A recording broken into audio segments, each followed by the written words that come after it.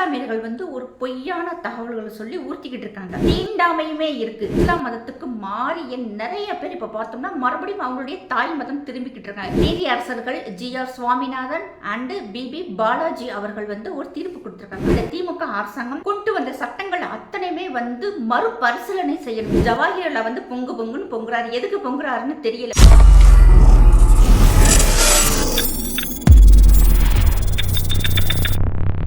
வந்தே மாதரம் சாமானியன் குரல் தேசியவாதிகளுக்கு எனது அன்பான வணக்கங்கள். சாதிகள் இல்லையடி பாப்பா, பாரதியார் சொன்னதுதான். ஆனால் இஸ்லாத்தில் ஏற்றத்தாழ்வுகள் இல்லை, இஸ்லாத்தில் ஜாதிகள் இல்லை, இஸ்லாத்தில் வர்ணங்கள் இல்லை, இஸ்லாத்தில் பிரிவுகள் இல்லை, இஸ்லாத்தில் உட்பிரிவுகள் இல்லை அப்படின்னு சொல்லிட்டு தமிழ்நாடு கேரளாவில் இருக்கும் இஸ்லாமியர்கள் ஒரு பொய்யான தகவல்களை சொல்லி ஊர்த்திக்கிட்டு இருக்காங்க. ஆக்சுவலாக பார்த்தா இஸ்லாத்தில் ஜாதிகள் இருக்கு. ஒரு ஜாதி இல்லை, இரண்டு ஜாதி இல்லை, 100க்கும் மேற்பட்ட ஜாதிகள் இருக்கு. அதில் வர்ணங்கள் சொல்லுவாங்க இல்லையா, அதாவது நம்ம ஹிந்துவில் சொல்லும்போது பார்த்தோம்னா பிராமணன், சத்திரியன், வைசியன், சூத்திரன் அப்படி சொல்லுவாங்களா. அதே மாதிரி இஸ்லாத்தில் 3 பிரிவுகள் இருக்குது. அதுக்குள்ளே உட்பிரிவுகள் இருக்குது. இது தமிழ்நாடு கேரளாவில் அவ்வளவாக இல்லை, பெரும்பாலும் இல்லை. தமிழ்நாடு கேரளாவில் இல்லை. ஆனால் இந்த 2 ஸ்டேட்டை தாண்டி இந்தியாவில் நீங்கள் எந்த மாநிலத்துக்கு போனாலுமே பார்த்தோம்னா அந்தந்த மாநிலத்துக்கு ஏற்றவாறு 100க்கும் மேற்பட்ட ஒவ்வொரு மாநிலத்துக்குமே இருக்குது. இன்னொன்று முக்கியமான விஷயம், தீண்டாமையுமே இருக்குது. உண்மையிலே தீண்டாமை இருக்குது. ஒருத்தவங்க பள்ளிவாசலுக்குள்ளே ஒருத்தவங்க போகக்கூடாது, ஒருத்தவங்க தெருவுக்குள்ளே இன்னொரு இஸ்லாமியர்கள் போகக்கூடாது, இப்படின்னு நிறைய இருக்குது. அதிகமாக பார்த்தோம்னா ஒரிசா, பீகார், உத்தரப்பிரதேசத்தில் ஒரு பகுதிகள் நிறைய இந்த விஷயங்கள் நிறையா நடக்கும். இதில் பார்த்தோன்னா இஸ்லாத்தில் ஜாதிகள் இல்லை அப்படின்னு சொல்லிட்டு தான் மதம் மாற்றிடுறாங்க. அதாவது ஹிந்துவில் உங்களை ரொம்ப அடிமையாக வச்சுருக்காங்க, எங்கள்கிட்ட வந்துட்டிங்கன்னா உங்களை நாங்கள் சமமாக பாவிப்போம் அப்படின்னு சொல்லி அவங்கள ஆசை வார்த்தை கொடுத்து பணத்தை கொடுத்துட்டு இங்கிட்ட மதம் மாற்றி கொண்டு வந்துடுறாங்க. கொஞ்சம் நாட்கள் போனதுக்கு பிறகுதான் இவங்களுக்கு இதுலேயும் இவ்வளோ வேறுபாடுகள் இருக்குது, இவ்வளோ தீண்டாமையும் இருக்குது அப்படின்னு நினச்சிட்டு நிறைய பேர், அதாவது ஹிந்துவாக இருந்து இஸ்லாம் மதத்துக்கு மாறிய நிறைய பேர் இப்போ பார்த்தோம்னா மறுபடியும் அவங்களுடைய தாய் மதம் திரும்பிக்கிட்டு இருக்காங்க. இது அதிகமாக ஜார்க்கண்ட், உத்தரகாண்ட் மாநிலத்தில் இப்போ நடந்துக்கிட்டு இருக்கு. இது உண்மை. இதில் பார்த்தோம்னா இப்போ நம்மளுடைய நீதி அரசர்கள் GR. Swaminathan and BB. Balaji அவர்கள் ஒரு தீர்ப்பு கொடுத்துருக்காங்க. அதில் பார்த்தோம்னா கிட்டத்தட்ட 2015 மதம் மாறின பரமசிவன் அப்படிங்கிற ஒரு நபர் தான் இஸ்லாம் முஸ்லீம் லெப்பை அப்படிங்கிற சர்டிஃபிகேட் எனக்கு வேணும் அப்படின்னு சொல்லிட்டு அப்ளை பண்ணும்போது இது முடியாது அப்படின்னு சொல்லவும் அவர் நீதிமன்றத்தை நாடுறாரு. அந்த நீதிமன்றத்தின் தீர்ப்பு வந்திருக்கு. அந்த பரமசிவன் அவர் கொடுத்த டாக்குமெண்ட்டில் 2024 வருஷம் மார்ச் 9ஆம் தேதி நம்மளுடைய தமிழக அரசு ஒரு அரசாணை கொடுத்துருக்காங்க. அதில் பார்த்தோம்னா இஸ்லாத்துக்குள்ளே இருக்கக்கூடிய லெப்பை, மரக்காய, ஷேக், ஷையத், இவங்க இது மாதிரி இன்னும் நிறைய பிரிவு இருக்கலாம். அதில் ஒரு 7 பிரிவுகளில் புதிதாக மதம் மாறினவங்க இவங்களுக்கு இந்த சர்டிஃபிகேட் கொடுக்கலாம், இவங்களை அங்கீகாரம் பண்ணலாம்ட்டு தமிழக அரசு ஒரு ஆணை பிறப்பிக்குது. நான் எழுதி திரு அண்ணாமலை ஐபிஎஸ் அவர்களால் வெளியிடப்பட்ட மோடியின் தமிழகம் புத்தகம் இதுவரைக்கும் வாங்காதவங்க அவசியம் வாங்குங்க. 9092345641 இதுதான் வாட்ஸ்அப் நம்பர். அட்ரஸை இந்த வாட்ஸ்அப்புக்கு அனுப்பிவிடுங்க. புக்கினுடைய விலை 350 ரூபாய். கொரியர் செலவு தமிழகம் பாண்டிச்சேரிக்கு 50 ரூபாய், மற்ற மாநிலங்களுக்கு 100 ரூபாய். கொரியர் செலவோட சேர்த்து ஒரு மற்ற மாநிலத்தில் இந்த புக்கை வாங்கினா 450 ரூபா வரும். தமிழகம் பாண்டிச்சேரிக்கு 400 ரூபா வரும். இதை இப்போ சொன்ன நம்பருக்கு வாட்ஸ்அப்பில் நீங்கள் அட்ரஸ் அனுப்பிவிடுங்க. ஜிபே, ஃபோன்பே நம்பர் இதுதான். பணத்தை நீங்கள் ஜிபே அல்லது ஃபோன்பே மூலமாக அனுப்பி அந்த ஸ்க்ரீன்ஷாட்டை நீங்கள் எனக்கு ஷேர் பண்ணிடுங்க. புக்கு உங்கள் வீட்டுக்கு வந்துடும். அவசியம் வாங்கி படிங்க.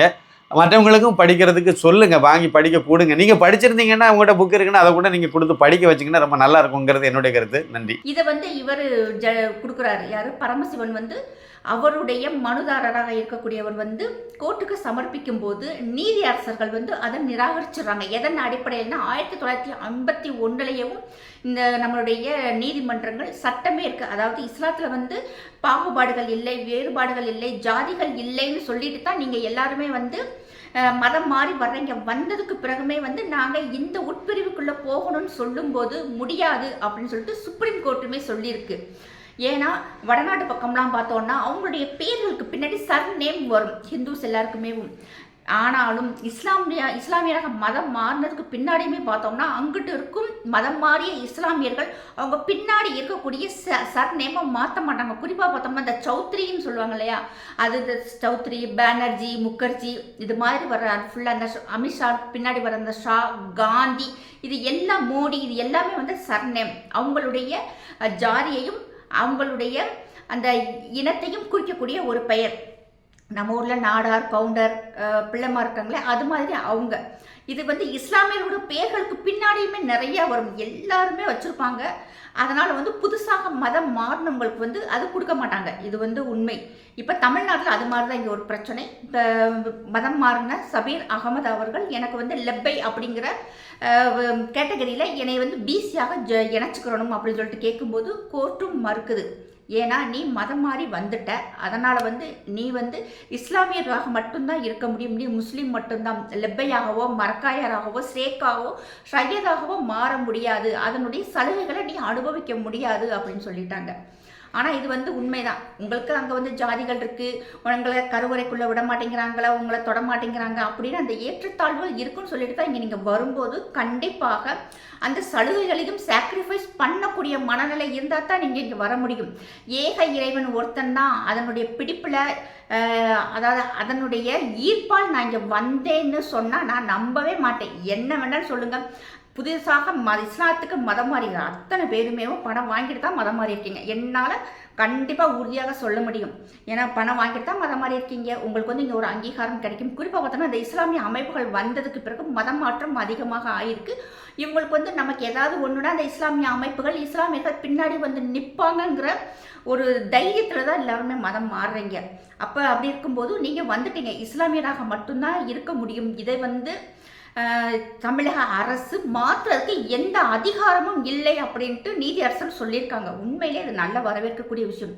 இன்னும் பார்த்தோம்னா இந்த திமுக அரசாங்கம் கொண்டு வந்த சட்டங்கள் அத்தனையுமே வந்து மறுபரிசீலனை செய்யணும். இன்னும் என்னென்ன களவாணித்தனம் பண்ணி வச்சிருக்காங்கன்னு தெரியல. ஏன்னா இப்படி பார்த்தோம்னா எல்லாரும் மதம் மாறிட்டீங்க, வந்துட்டு இங்கே இருக்க சலுகைகளையும் அனுபவிச்சுக்கிட்டு அங்கிட்டு இருக்க சலுகைகளையும் அனுபவிச்சுக்கிறாங்க. எனக்கு தெரிஞ்ச எங்கள் ஊர்லேயேவும் 10 பேர் இஸ்லாத்துக்கும் மதம் மாறி இருக்காங்க. ஒரு 7-8 வருஷத்துக்கு முன்னாடி அவங்க புர்கா போடுவாங்க, தொழுக வருவாங்க, எல்லாமே பண்ணுவாங்க.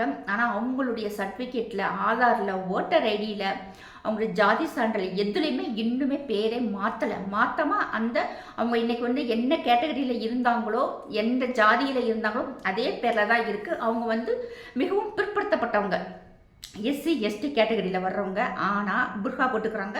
அந்த ஜாதியில் இருக்கிற சர்டிஃபிகேட்டை வச்சு எல்லா சலுகைகளையுமே அனுபவிக்கிறாங்க. இதையுமே வந்து கிளாரிஃபை பண்ணணும். எப்படி கிறிஸ்தவர்கள் வந்து இந்து ஆதி திராவிடர் அப்படி சொல்லிட்டு அரசாங்கத்தை ஏமாத்துறாங்களோ அதே மாதிரி இங்கிட்டு இந்த மாதிரி ஒன்று நடக்குது. இன்றைக்கி பார்த்தோம்னா சபீர் அகமது லெப்பேன்னு சொல்லி சர்டிஃபிகேட் கேட்குறது வந்து மறுத்தது சரியான விஷயம்தான். இதை பார்த்தோம்னா ஜவாஹிரில் வந்து பொங்குன்னு பொங்குறாரு. எதுக்கு பொங்குறாருன்னு தெரியல. இஸ்லாத்தில் ஜாதிகள் இல்லை, இஸ்லாத்தில் வந்து பாகுபாடு இல்லைன்னு சொல்கிறீங்க. அப்புறம் இன்றைக்கி கோர்ட்டு ஒன்று சொல்லும்போது சாக்ரிஃபைஸ் பண்ணி தானே ஆகணும். எதுக்குத்தான் நீ போய் லெப்பேன்னு கேட்குற, நீயும் நானும் ஒன்று அப்படின்ட்டு சம்மந்தம் பண்ணிக்கலாம்ல. கண்டிப்பாக சம்மந்தமும் பண்ண மாட்டாங்க, பொண்ணு கொடுக்க வாங்க மாட்டாங்க. மதம் மாறிய ஒருத்தவருக்கு மதம் மாறிய ஒரு வீட்டில் இருந்து தான் பொண்ணு கொடுப்பாங்க.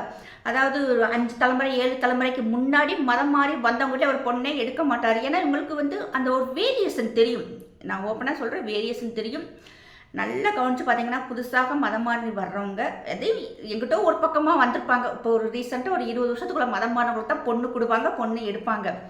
டைரெக்டாக போய் வேறு எந்த, அதாவது எங்கள் அந்த இஸ்லாத்தில் இருக்கக்கூடிய அந்த உட்பிரிவுகளில் இருக்கக்கூடிய மக்கள் பொண்ணும் கொடுக்க மாட்டாங்க, பொண்ணும் எடுக்க மாட்டாங்க. இது வந்து உண்மை. இன்னைக்கு கோர்ட் எப்படி சொல்லியிருக்குன்னா, மதம் மாறிய நீ முஸ்லீம் மட்டுமே, அந்த முஸ்லீம்களில் இருக்கக்கூடிய உட்பிரிவுகளுக்கும் உனக்கும் எந்த சம்மந்தமும் இல்லை. பிறப்பால் வர்ற ஒருத்தவன் தான் வந்து லெப்பையாகவோ ஷேக்காகவோ ஷையதாகவோ இருக்க முடியும் அப்படின்னு சொல்லியிருக்காங்க. இப்போ மக்களுமே என்ன சொல்கிறாங்கன்னா, இந்த ஜட்ஜ்மெண்ட்டை வந்து மிகவும் வரவேற்கிறாங்க. உண்மையிலே வந்து மக்களுக்கு இப்போ வந்து ஒரு புரிதல் வர ஆரம்பிச்சிருச்சு.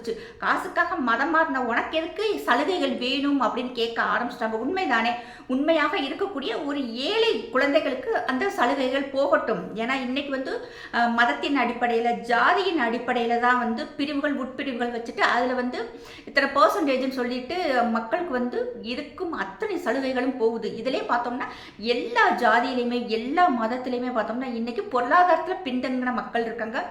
படிப்பு அறிவுலையுமே வந்து மிகவும் பின்தங்கிய மக்கள் இருக்காங்க. அவங்கள வந்து இதில் வந்து கொண்டு வரலாம். அதாவது வந்து மதத்தின் அடிப்படையில் எந்த சலுகைகளும் வேண்டாம், ஜாதியின் அடிப்படையில் வேண்டாம்.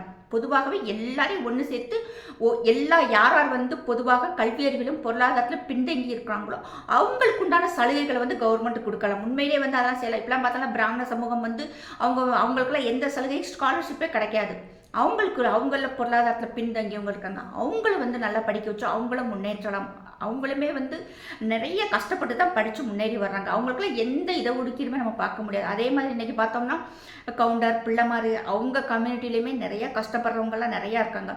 அந்த பிள்ளைகளுக்கு வந்து ஒரு இதை ஒதுக்கீடு கொடுக்கலாம். இது வந்து உண்மையிலே வந்து நம்மளுடைய மத்திய அரசு கொண்டு வர்றாங்க. ஆனால் இந்த மாநில அரசுகள் ஓட்டுக்காக, இந்த கேவலமான ஓட்டு பிச்சைக்காக அதை வந்து ஏற்றுக்கிற மாட்டேங்கிறாங்க. உண்மையிலேயே மோடி ஐயா கொண்டு வந்த இந்த சட்டத்தெல்லாம் கொண்டு வந்தால் நிறைய மக்கள் இன்னும் பார்த்தோன்னா நிறைய படித்தவங்க வருவாங்க, நிறைய கவர்மெண்ட் எம்ப்ளாயிஸ் கிடப்பாங்க, திறமையான எம்ப்ளாயிஸ் வருவாங்க.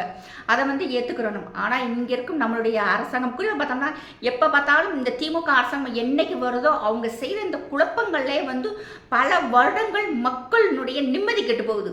இப்போதான் பேசாமல் அடங்கி இருக்காங்கன்னு பார்த்தாங்கன்னா மறுபடியும் எவ்வளோ குழப்பங்கள் பண்ணி வச்சுருக்காங்கன்னு தெரியல. உண்மையிலே இந்த 5 வருஷத்தில் திமுக அரசாங்கம் ஏன்னா நமக்கு சட்டசபையில் என்ன பேசினாங்கன்னு கூட தெரியல. நமக்கு வந்து நேரடி ஒளிபரப்பில் அதனால தெரியலை. அதனால் இந்த 5 வருஷமாக திமுக அரசாங்கம் என்னென்ன சட்டங்கள் கொண்டு வந்திருக்காங்களோ, மாறுதல் பண்ணியிருக்காங்களோ அதை ஃபுல்லாக வந்து மறுபரிசீலனை செய்கிறதுக்கு நம்மளுடைய நீதிமன்றங்கள், நீதியரசர்கள் முன் வந்து நீதிமன்றங்கள் அதை ஃபுல்லாக வந்து சரி பண்ணி இவங்க பண்ண அந்த தேவையில்லாத விஷயங்களை ஃபுல்லாகவே களையெடுக்கணும். உண்மையிலேயும் நீதியரசர்கள் G R. Swaminathan and P B. Balaji அவர்கள் கொடுக்கப்பட்ட தீர்ப்பு சரிதான். நீ ஜாதி வேணாண்டு தான் இஸ்லாத்துக்கு போன, நீ இஸ்லாமியர் மட்டுமே கொடுக்கப்பட்ட தீர்ப்பு கரெக்ட் தான். ஒரு சிலர் வந்து இது வந்து மறுக்கிறது தவறு அப்படின்னு சொல்றாங்க. அவங்களுக்கு உண்மையான ஜட்ஜ்மெண்ட்டும் அதனுடைய பின்னணியும் தெரியாம சொல்றாங்க. அவங்களுடைய ஜட்ஜ்மெண்ட் ஃபுல்லா படிச்சு பார்த்தாலே நமக்கு தெரியும். உண்மையிலேயே நல்ல தீர்ப்பு தான். ஜெய்ஹிந்த், ஜெய் பாரத். நான் எழுதி திரு அண்ணாமலை ஐபிஎஸ் அவர்களால் வெளியிடப்பட்ட மோடியின் தமிழகம் புத்தகம் இதுவரைக்கும் வாங்காதவங்க அவசியம் வாங்குங்க. 9092345641 இதுதான் வந்து வாட்ஸ்அப் நம்பர். அட்ரஸை வந்து இந்த வாட்ஸ்அப்புக்கு அனுப்பி விடுங்க. புக்கினுடைய விலை 350 ரூபாய். கொரியர் செலவு தமிழகம் பாண்டிச்சேரிக்கு 50 ரூபாய், மற்ற மாநிலங்களுக்கு 100 ரூபாய். கொரியர் செலவோட சேர்த்து ஒரு மற்ற மாநிலத்தில் இந்த புக்கை வாங்கினா 450 ரூபா வரும். தமிழகம் பாண்டிச்சேரிக்கு 400 ரூபா வரும். இந்த இதை இப்போ சொன்ன நம்பருக்கு வாட்ஸ்அப்பில் நீங்கள் வந்து அட்ரஸ் அனுப்பிவிடுங்க. ஜிபே ஃபோன்பே நம்பரு இது தான். பணத்தை வந்து நீங்கள் ஜிபே அல்லது ஃபோன்பே மூலமாக அனுப்பி அந்த ஸ்க்ரீன்ஷாட்டை நீங்கள் எனக்கு ஷேர் பண்ணிடுங்க. புக்கு உங்கள் வீட்டுக்கு வந்துடும். அவசியம் வாங்கி படிங்க. மற்றவங்களுக்கும் படிக்கிறதுக்கு சொல்லுங்கள், வாங்கி படிக்க கூடுங்க. நீங்கள் படிச்சிருந்தீங்கன்னா உங்கள்கிட்ட புக் இருக்குன்னா அதை கூட நீங்கள் கொடுத்து படிக்க வச்சிங்கன்னா ரொம்ப நல்லா இருக்குங்கிறது என்னுடைய கருத்து. நன்றி.